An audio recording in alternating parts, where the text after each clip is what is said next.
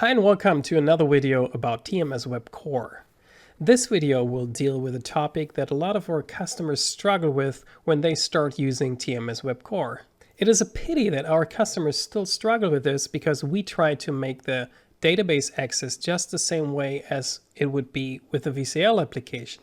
However, the problem is not writing the components or writing the code on the client side, meaning on the TMS WEB Core side. The problem is how to implement the server side, meaning a web service or any other service that delivers the data for our client application.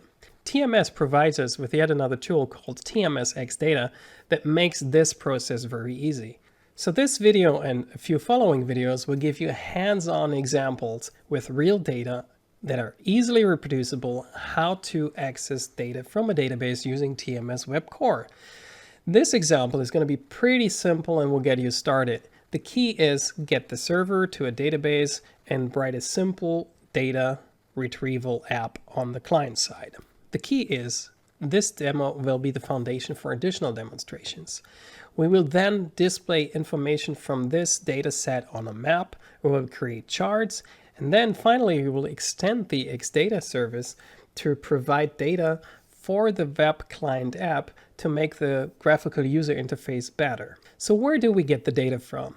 I picked the data set that is easy to reproduce, meaning you can download it yourself on your computer. It doesn't have too many attributes, it doesn't have too many records, and also something that everybody can understand right away what the data represents.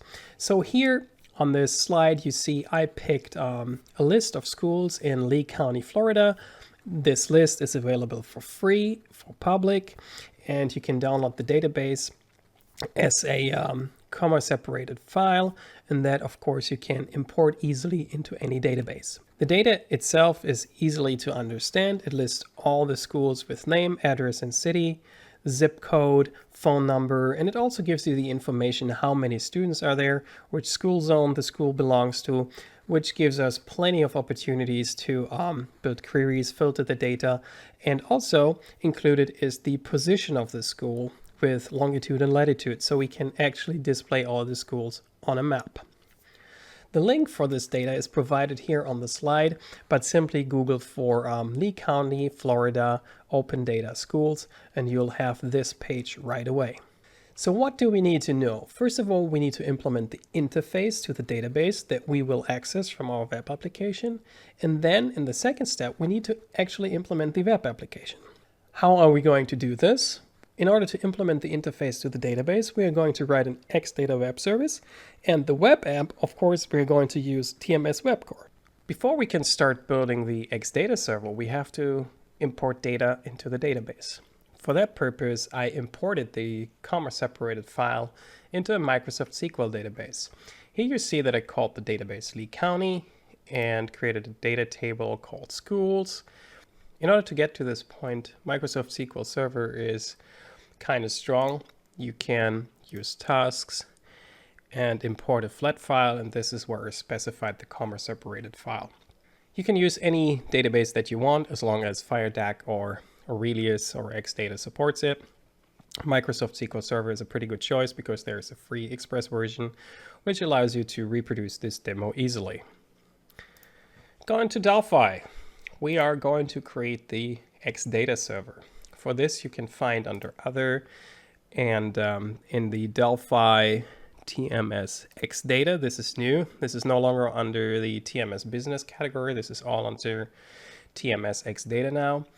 And we have the TMS XData VCL server, which creates a TMS XData server with a VCL application. This wizard has been completely reworked a couple of weeks ago, so this will be a new experience for everybody.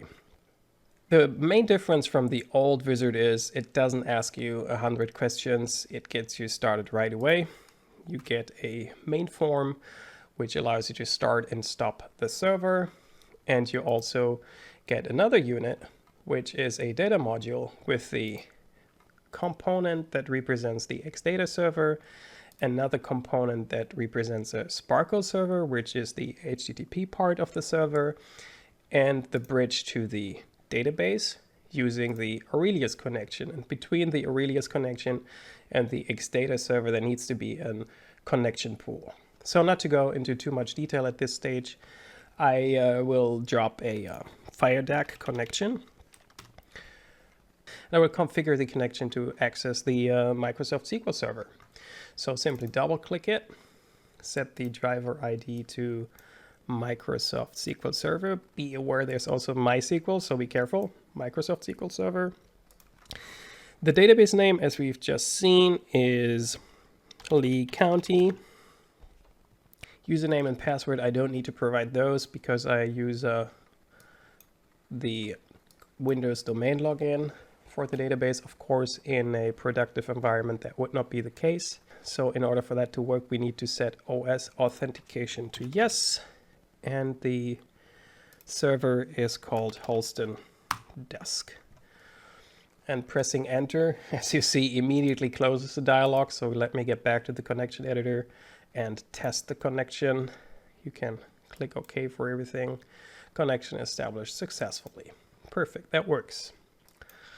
Okay, and one thing I always do, the login prompt, I set that to false because I don't want to be prompted in order to log into the database, as I already provided all the necessary values in the connection. Now we need to connect the database to the XData server. And as I said in the introduction, the Aurelius connection is the key to that. So we double click the Aurelius connection. And here we have the choice to either select the native driver support for Aurelius, which offers us support for several databases. But I wanted to show how flexible the approach is, so I'm going to use an existing data access component, which is the FD connection. And then Aurelius or XData already figured out this is a FireDAC database, and the SQL dialect is Microsoft SQL. So here again, we could test it, and we see that it works just the same. We confirm with OK, and there's one more thing to do, which is to right-click the Aurelius connection, and now we have to generate entities from our database. This is fancy speak for creating classes for the tables inside of our database, and every attribute or every column in our table is going to be a property of an object. So we can access these things easily using Object Pascal.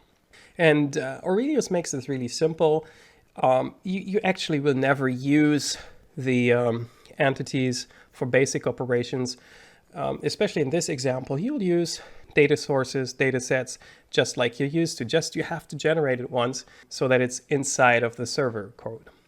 So we generate the entities from the database, and you see here my schools data table has been recognized, and I could select advanced settings, which I'm not going to touch. These are mostly for how the entities are going to be named, and also if you have foreign key constraints inside of your database between tables, these foreign key constraints will become lists inside of properties. For example, if the countries were different, or if the city were a different table named cities, and every school would belong to a city, then there would be a foreign keys constraint, and then every school would have a property of the class city. But we didn't want to complicate this example, so this is a hands-on example how most data tables look. So let's confirm this with OK, and we end up with yet another file, which is the file with all the entities. So here we are. I saved the project. XData Schools is going to be our server application. It's going to be an exe file that you can start with a main form, the entities, and our server container, which is this data module. Finally, I have to do one more step. I always tend to forget it. The base URL for the server. Right now, this is set to the default value of TMS XData on port 2001. That is not reserved on this system. I reserved port 80 with the Flix. Where do you make these reservations? That's the question we get a lot. This is the HTTP sys system from Windows. You can make these reservations using the command line, which is awkward, and that's exactly the reason why TMS provides you with a tool. Okay, we need to find this tool. It's the TMS HTTP config tool. Why do I have to use this tool in order to find it? Because I simply use sources from TMS. I don't use the installers. Your installer will have this tool set up in the start menu. I call it directly from my computer, and here it is. So here you can see all the URL reservations that exist on your system, and here you see the port 80 root flicks. This is, for me, the root where all the XData services that I write demos for will reside. And if you want to make another reservation, for example, HTTP / let's say port 2001 on localhost and my company or whatever, that would be another valid reservation. Of course, this is also possible with encryption using SSL. So back to the server, we have the reservation, all is set up. We are able to run the app. And here you see server started at localhost port 80 flicks. Let's open my web browser and see what happens. So here we go, web browser is open, localhost port 80. I don't need to specify that, that's default with HTTP and flicks. And we see the XData service is responding, and we also see that we have our school entities included. And now if you browse the XData manual, you see that, for example, if you do /schools, you'll get a list of all the schools. And this is also a difference to any previous version. What do we need to do? Why is access denied?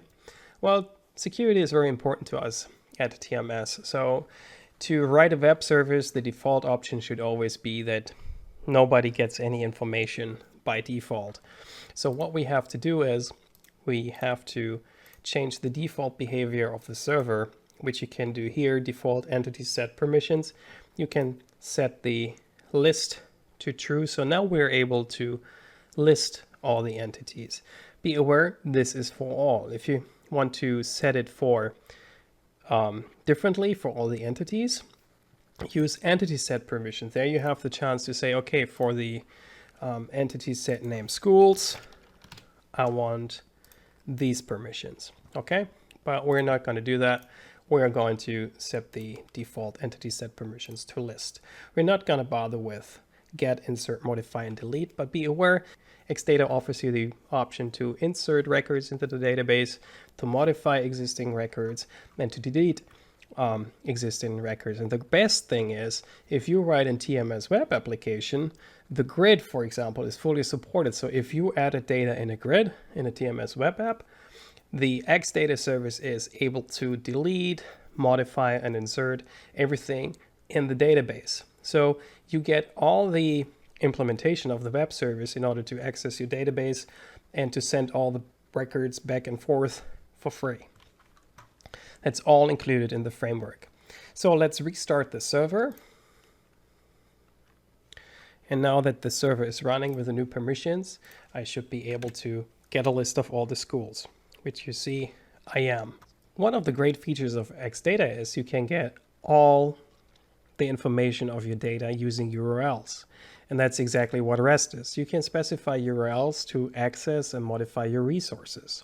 And in this web browser, I can show you how to very easily request data from the service and see if your database works correctly or the connection to the database works correctly. For example, let's get all the schools with a certain name. So let's filter equals name equals, and this is EQ. This is the query expression. This is the only downside to XData. You need to learn the query language because obviously they can't put like select or something similar into the URL. So they had to come up with their own syntax. Equals Edgewood Academy. Here we go. So you see, this is Edgewood Academy. Of course, you can also filter the zip equals, and this is a numerical value. Sorry. So you can simply say zip equals 33928. And there you go. All the schools in Estero, which is just 2. I'm quite surprised to find out. Okay. But of course, more complex things are possible. You can filter like starts with, which is a function. Starts with name. Let's say everything that starts with ed. There you go. Edgewood Academy, Addison Park. These are the 2 that fit the criteria. Why am I showing you this? This is to show you what is going on in the background. So this is something that you would need if you were to write an application with another framework for, let's say you write an iPhone application with the Apple Swift language and you want to access your data. This is how you would do it. You would be able to access the data. You would be able to modify your data using this language. But the nice thing is if you use TMS WEB Core, you don't need to know any of this because TMS WEB Core sends these requests without you having to know what's going on in the background. So without further ado, let me show you how to work it. So we add another project into our project group, which is the TMS WEB Core project. So we go to TMS Web, TMS Web Application. So here we have our web project inside of our project group with the main form. And before we can drop the visual components, we need the non-visual components to connect to the XData server. So we need an XData web connection to connect to the XData server.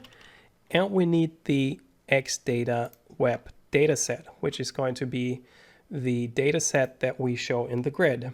And of course, we need a data source. And this is a TWeb data source. And the TWeb data source is exactly the same thing as in the VCL. So you need a data set, which is the XData web dataset. And the XData web dataset needs to be connected to the connection. So you can simply select the XData web connection. And you need to specify which entity set you want. But you won't get any completion if you do it this way. So set the connection first. Set the URL to HTTP localhost flix or whatever you use for your server. And then you can go here. You should get a list with schools.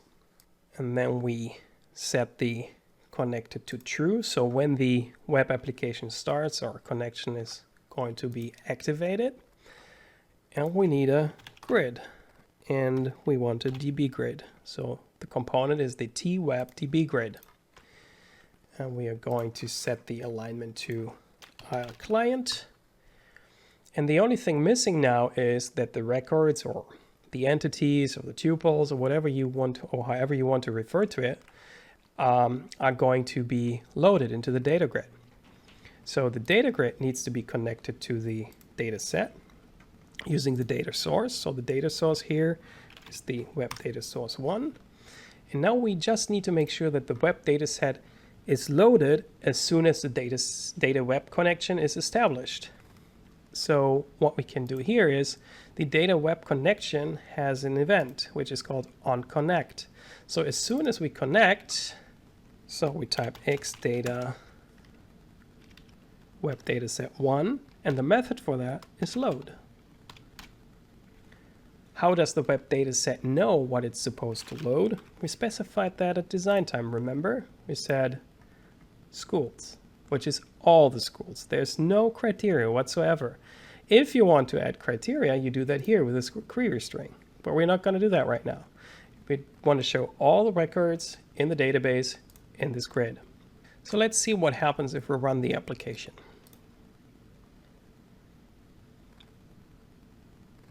Sadly, not the expected thing happens. We do get an error. Error connecting to XData server.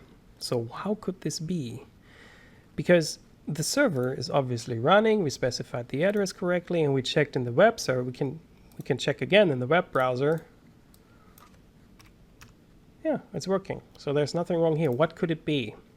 And this is something, if well, I had to get used to it as well. And I still remember when we started developing TMS Web, and I was getting the first couple of beta versions from TMS, and got annoyed because I couldn't see any errors in my ways.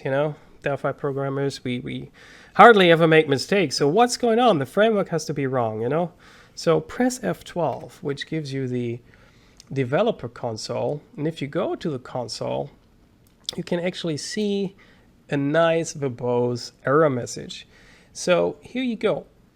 The HTTP request from localhost, Flix, from origin, localhost port 8000, has been blocked by course policy. No access control allow origin header is present on the requested resource. Oh my God, what is that supposed to mean? Well, again, it's all about security.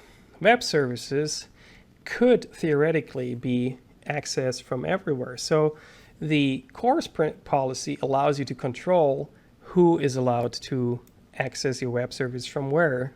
The where in the internet is the domain or the URL or the IP address or whatever you want to call it. So for these development purposes, we don't want to restrict access to the server. So what we need to do is we need to stop the server, and we go back to the server project, open up the server container, and have a look at the XData server. If we right-click it, we see that we have a middleware list available that we can manage. And if we look at it, we find a list, and this list is empty. So we haven't got any middleware enabled. If you click new, we get a list of all the available middleware for XData. Be aware, you can extend this, but this is the stuff that comes with it. You can choose compress, which means that your XData server is going to compress the results, and basic authentication. So you have username and password for your request. But what we want is cores. So we click OK. And then if you click into the list to see the properties of this tsparkle cores middleware, which is the class that is being used internally to realize this, you see that you can specify the origin for this. If you leave it empty, it means everybody can exit the service. This is only making sense for development purposes. And if you dig deeper, and especially before you try to deploy your service to the public, please read the XData manual, how you can specify the origin to make sure that only people you want to access your web service are able to access your web service. Most of the time, you specify the origin that only your web application is able to access the web service, because this is an internal backend service that feeds your web application with data. So you would restrict it to usage for the web application. Makes sense, huh? So we save it, we run the server again, and now we go back to the web app and run that. And here you go. We've got all the data inside of the grid. And it's really all the data. It means like all the records, and it's not formatted nicely. And this is something I'm going to show you right now. We go back to the web application, close this, go back to the main form. This is in unit 1. And we double click the grid. And here you see that it's like columns are being specified. We haven't specified any fields inside of the data set. And this is one of the amazing features of XData, because XData is able to extract a field definition from a web service. Normally, you don't have this. You can't access fields if you have JSON, especially the result is not a database. You're not working directly with a database. So what TMS does here using XData technology is it gives you the feeling that you're working with a database, even though in between the database and your web application, there is a web service that follows the REST standard, which is really, really difficult to program if you're not used to developing web applications. But now with XData, and TMS WEB Core, you were able to develop a web application as if it were a VCL application. So clicking Add Fields, you can, just like you're used to from a VCL application, you can select the fields that you want to be displayed. So let's say object ID, name of the school, address, city, zip, and the year it was established, for example. Maybe even the students.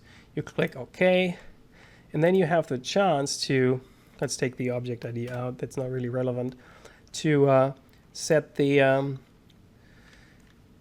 properties for all the fields. So you see it's a string field, and this should be an integer field. You see you even have types, data types, something unheard of for JSON. JSON doesn't have data types. So XData is even so smart, being able to carry over the database types from the database for you. So inside your web application, which is Delphi or Object Pascal, you're able to work as if you were working with a database, even though in between your database and your web application is something rather abstract, which we nowadays call a REST web service.